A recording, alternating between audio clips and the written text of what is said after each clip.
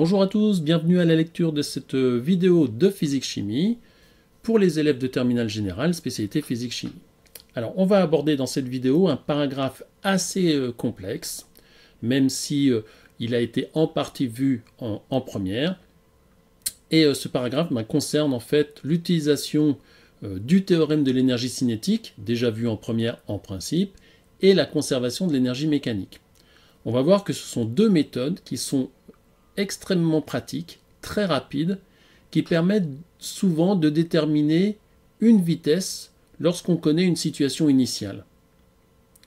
Alors, pour résoudre ce genre de problème, on peut très bien appliquer la deuxième loi de Newton, ou appliquer ces deux méthodes qu'on va voir aujourd'hui, parce qu'on va voir que la deuxième loi de Newton, eh bien, ça n'est pas la plus simple ni la plus rapide.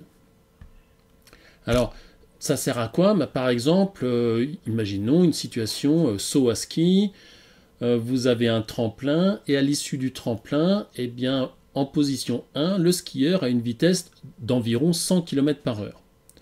On vous demande, lorsqu'il se réceptionne sur la fin du tremplin, quelle est sa vitesse, sachant qu'il y a eu une chute entre le point 1 et le point 2 de 40 mètres. Donc voilà, c'est le genre de problème qu'on va résoudre. On connaît la situation initiale, la vitesse de départ, et on nous demande de déterminer la vitesse finale. Alors, on va voir la première méthode, qui n'est pas la plus efficace, c'est la deuxième loi de Newton. Ça va nous permettre de réviser un petit peu. Donc, deuxième loi de Newton, je fais un beau schéma, j'ai par exemple ici une balle, et je m'intéresse à la vitesse que va avoir cette balle au bout d'une chute de hauteur h. Au début, la vitesse initiale est nulle, je la lâche sans vitesse, et elle va donc arriver au bout d'un certain temps. Et je cherche la vitesse. On va vraiment s'intéresser dans ce paragraphe à déterminer une vitesse finale. Alors comment on fait avec la deuxième loi de Newton? Eh bien, une fois qu'on a l'accélération, on peut déterminer les coordonnées du vecteur vitesse. Alors faites attention, il y a des constantes. Par exemple, Vz, c'est gt plus une constante, puisque dérivé, ça doit donner g, mais ici la constante est nulle, parce qu'à t égale 0, la vitesse initiale est nulle. Pareil pour l'axe des x, mais c'est pas très intéressant l'axe des x, parce que le mouvement va être uniquement vertical. Et une fois qu'on a la vitesse, eh bien on a le vecteur position par une intégration. Donc pour z, eh bien il faut une fonction qui dérivée donne g fois t, donc 1 demi de gt carré plus une constante, mais à t égale 0, on est parti de l'origine, le point O. Et donc, pour trouver la vitesse lorsque la balle est arrivée en h, eh bien on a une petite difficulté parce que Vz vaut g fois t, et il faut d'abord qu'on trouve le temps de chute. Donc pour trouver le temps de chute, on dit que lorsque z est égal à h, ça fait h égale 1 demi de gt carré, là c'est pas n'importe quel temps, c'est le temps de chute. Donc on a ainsi le temps de chute, ensuite on remplace, et vous voyez tout ça est extrêmement long, parce qu'il faut être rigoureux, il faut faire le bilan des forces extérieures, appliquer la deuxième loi de Newton, faire les intégrations, bref, il y a mieux en méthode. Alors une fois qu'on a le résultat, néanmoins, racine de 2hg, c'est toujours bon de vérifier si c'est cohérent. Alors est-ce que c'est cohérent avec la physique? Eh bien, plus g va être élevé, plus la gravité va se faire sentir et plus les objets vont accélérer, puisque d'ailleurs g c'est une accélération. Et puis si on fait chuter la balle d'une hauteur plus grande, eh bien oui, on va avoir une vitesse plus grande. Donc la formule est plutôt cohérente. Si maintenant on vérifie avec les unités, eh bien des mètres multipliés par des mètres secondes moins 2, je prends la racine de tout ça, ça fait bien des mètres secondes moins 1. C'est toujours bien de vérifier les unités à la fin. Alors, il y a une deuxième méthode qu'on a déjà vue en première, mais que l'on va réexpliquer. C'est le théorème de l'énergie cinétique. Alors pour ça, eh bien, il faut revenir sur la notion de travail d'une force. Et en particulier le travail d'une force constante. C'est le seul cas que l'on verra en terminale. Alors le travail, ça vient de work en anglais, c'est pour ça qu'on le note W. Et on précise le travail de la force F. Elle est constante, ça veut dire que la force F est constante. Exemple, je prends un chariot, je le tire, Du coup, la corde exerce une force sur le chariot. Et puis, je vais faire aller mon chariot de A à B.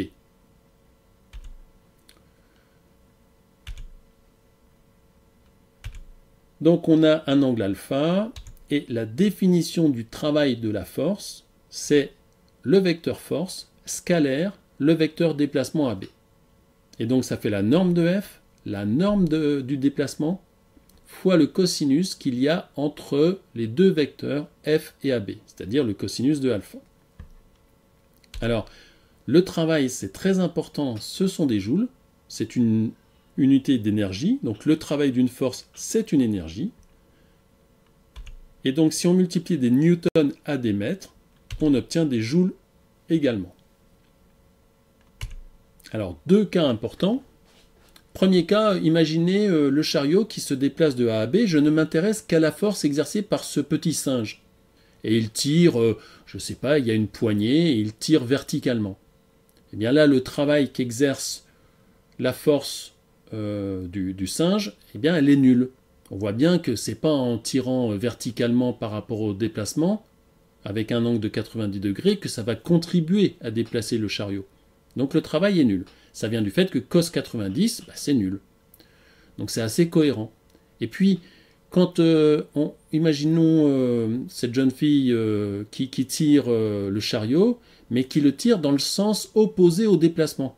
Là, elle va effectuer un travail résistant. Le cosinus de l'angle, il va être négatif. Vous voyez, on a un angle plus grand que 90 degrés. Et donc, on a ce qu'on appelle un travail résistant. Alors, dans le travail, il faut toujours prendre en considération la force qui nous intéresse et le déplacement. Et bien retenir cette définition du travail d'une force. Alors, on va regarder un cas particulier, un cas très important qui est le travail du poids. Donc le poids, P flèche, c'est mg flèche. Donc le travail du poids, imaginons que la balle de tennis aille par un chemin rectiligne de O à B. Eh bien, on reprend la définition du travail du poids. On remplace la norme de P par sa valeur m fois g. Et puis, vous voyez que OB cos alpha, c'est l'adjacent. Donc, c'est ce côté adjacent. Et ce côté adjacent, finalement, c'est la hauteur. Donc, le travail du poids, c'est très particulier. Il sera toujours exprimé sous la forme mgh. Alors, avec une petite subtilité, c'est que quel que soit le chemin que prend la balle pour aller du point O au point B, eh bien, on démontre, c'est pas très dur, mais je le ferai pas ici, on démontre que le travail du poids ne dépend que de la hauteur. C'est pas la même chose que de porter une lourde valise, de la descendre par les escaliers, remonter, redescendre, bref, finir en B. On pourrait se dire, ben non, je vais fatiguer à porter cette lourde valise. Eh bien, au niveau physique, au niveau mécanique, le travail du poids ne dépend que de la hauteur h, quel que soit le chemin que vous prenez. Alors attention, si maintenant votre objet, vous le remontez, c'est-à-dire vous prenez la balle au début, elle est au point O, et vous soulevez cette balle, ou une valise, ou ce que vous voulez. Vous voyez bien que le poids, il est vers le bas, et que le déplacement est vers le haut. Donc on se retrouve dans une situation de travail résistant. Donc l'expression du travail du poids, c'est la même, sauf qu'il faut qu'il soit négatif. Donc ça fera moins mgh. Donc pour éviter le mal de crâne, en fait, le travail du poids, c'est toujours mgh, et il suffit de se dire, tiens, c'est résistant ou c'est moteur? Si le travail est moteur, ce sera plus mgh. Si le travail est résistant, c'est-à-dire si la force s'oppose au déplacement, ce sera moins mgh. Alors, on va maintenant voir ce qui se cache derrière cette deuxième méthode, le théorème de l'énergie cinétique. Pour quelle raison la vitesse d'un système augmente-t-elle? On peut se dire que c'est parce que le système accélère. Alors attention encore une fois, le vecteur accélération, il peut être opposé au vecteur vitesse, et donc du coup on aurait une vitesse qui diminuerait. Si l'accélération est dans le même sens que le vecteur vitesse, du coup on va avoir une vitesse qui va augmenter. Donc on peut se dire que la raison pour laquelle la vitesse augmente, c'est l'accélération. Et donc on pourrait utiliser la deuxième loi de Newton. La deuxième idée, c'est de se dire que si la vitesse augmente, c'est que l'énergie cinétique augmente, les joules augmentent. Et ça vient d'où, ces joules? Ça vient du fait que les forces extérieures ont apporté par leurs travaux des joules au système. Et ces joules, en fait, ils ont permis d'augmenter la vitesse, d'augmenter l'énergie cinétique. Alors, la variation d'énergie cinétique, delta EC, elle est due à la somme des travaux des forces extérieures. Donc, dans le cas de notre balle qui chute, l'énergie cinétique finale moins l'énergie cinétique initiale, bref, ce que l'on a gagné en énergie cinétique, c'est le travail du poids, parce qu'il n'y a que cette force-là. Donc on a la variation d'énergie cinétique qui est due à la somme des travaux des forces extérieures, ici le poids.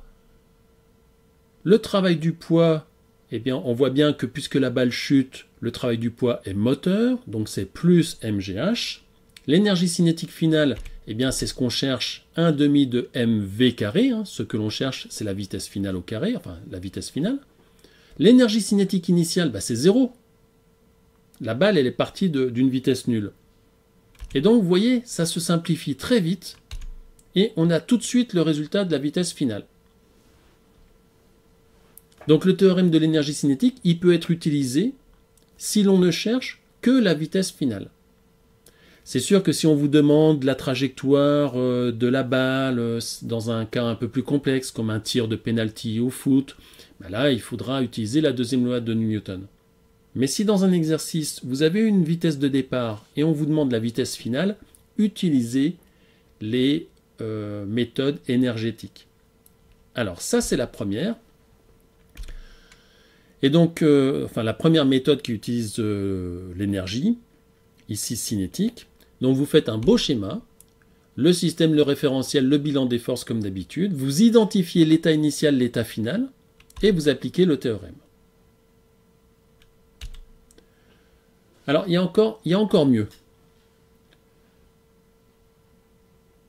L'idée, c'est de se dire que un objet, par son altitude, possède une énergie.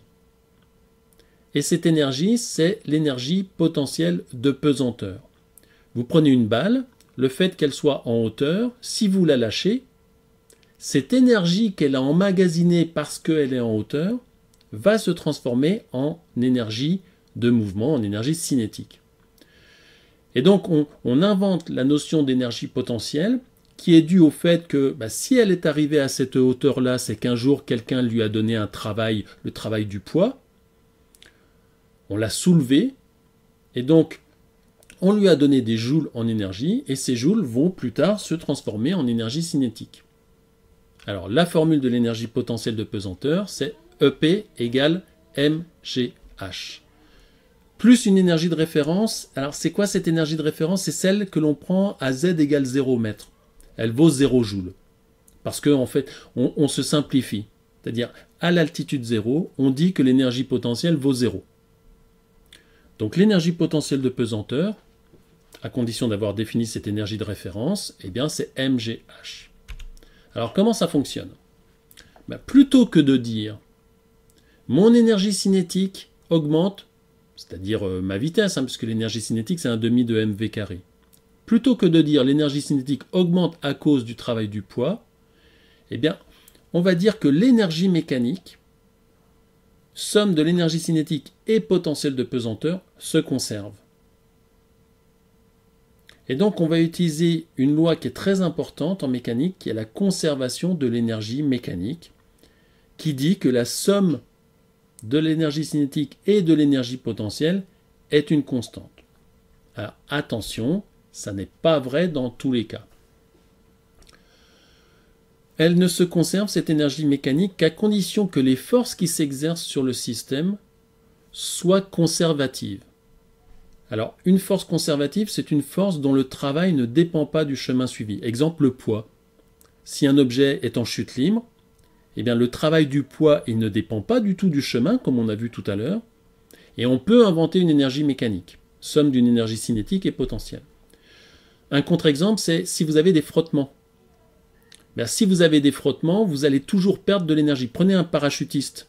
Un parachutiste, eh bien, il perd de l'énergie potentielle puisqu'il tombe. Mais en même temps, sa vitesse, elle reste constante quand il a ouvert son parachute.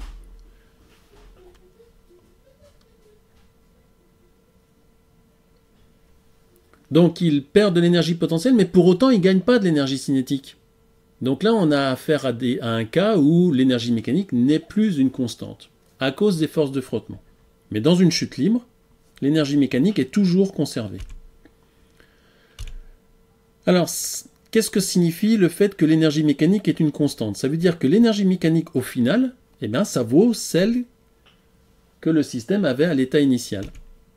Ça veut dire que si vous faites la somme des deux, cinétique, potentielle, à l'état final, eh bien, ce sera la même que la somme des deux énergies à l'état initial.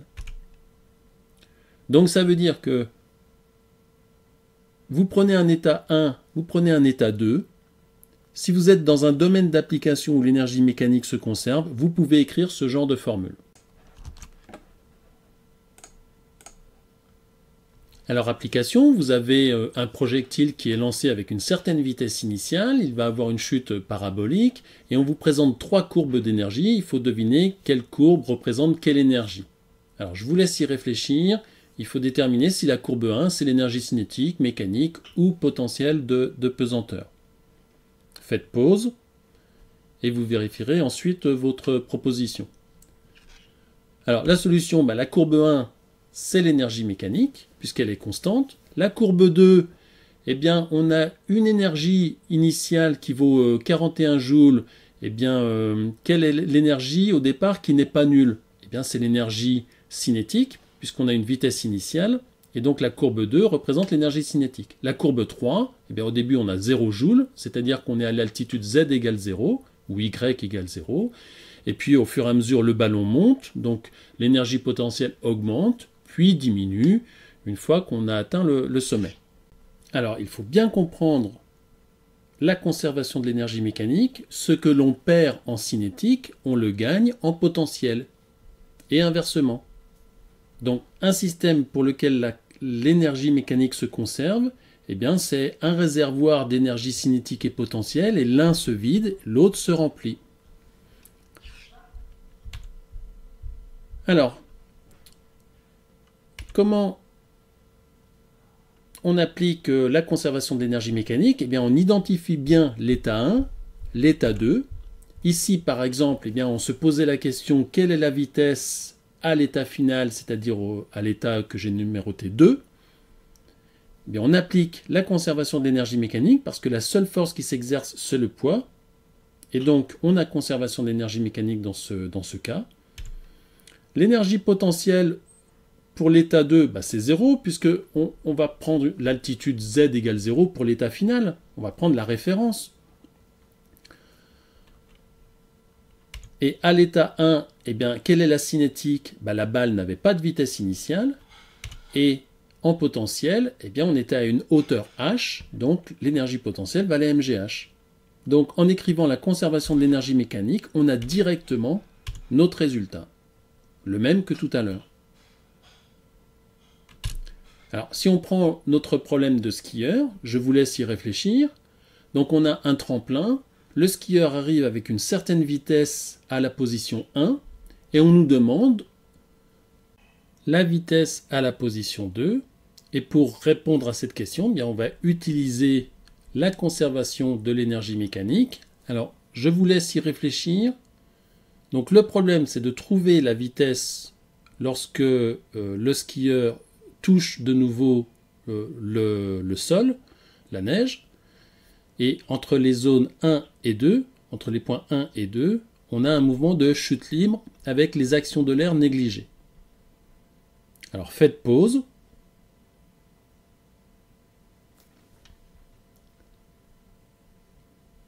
Et la solution, alors on applique la conservation de l'énergie mécanique. Pourquoi? Parce que seul le poids s'exerce sur le système skieur. Le poids est une force conservative. On peut donc inventer une énergie mécanique qui est la somme de la cinétique et d'une énergie potentielle. On verra dans une autre application les énergies potentielles pour les champs électriques. Imaginez un électron qui serait attiré par le pôle plus, eh bien, il y aurait une autre énergie potentielle, mais elle ne serait pas potentielle de pesanteur, mais potentielle électrique.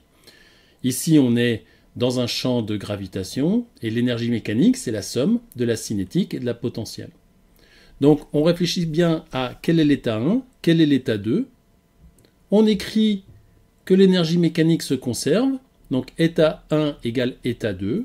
On remplace l'énergie cinétique en 2 par sa valeur, l'énergie potentielle en 2 par sa valeur. Donc on prend quoi comme altitude? Eh bien, on prend au point 2 l'altitude 0. Du coup, l'énergie potentielle, elle vaut 0. Tandis qu'au point 1, on est 40 mètres plus haut. Donc on a une énergie potentielle qui vaut mgz1. Tandis que l'énergie cinétique, eh c'est 1,5 de mv1 carré. Alors on se débarrasse tout de suite du facteur commun qui est la masse. Ça ne dépend pas de la masse, ce genre de problème. Et donc on trouve que V2 égale la racine carrée de V1 carré plus 2gz1. Alors on retrouve exactement la même solution que tout à l'heure. Si la vitesse V1 avait été nulle, eh bien on aurait trouvé une vitesse V2 qui dépend de la hauteur de chute et uniquement de la hauteur de chute. Alors vérifiez, avec les unités, faites attention que si les actions de l'air sont négligées, si on part avec une vitesse de 100 km/h, eh bien au bout de 40 mètres de chute, on arriverait à une vitesse de 142 km/h. Alors, autre application très simple de la conservation de l'énergie mécanique, on imagine une balle, toujours la balle de tennis, on la lance à une certaine altitude et elle revient à cette même altitude au bout d'un certain temps. On a une certaine vitesse initiale. Quelle est la vitesse à l'état final quand elle retrouve la même altitude? Alors, je vous laisse y réfléchir. Votre réponse est peut-être très rapide.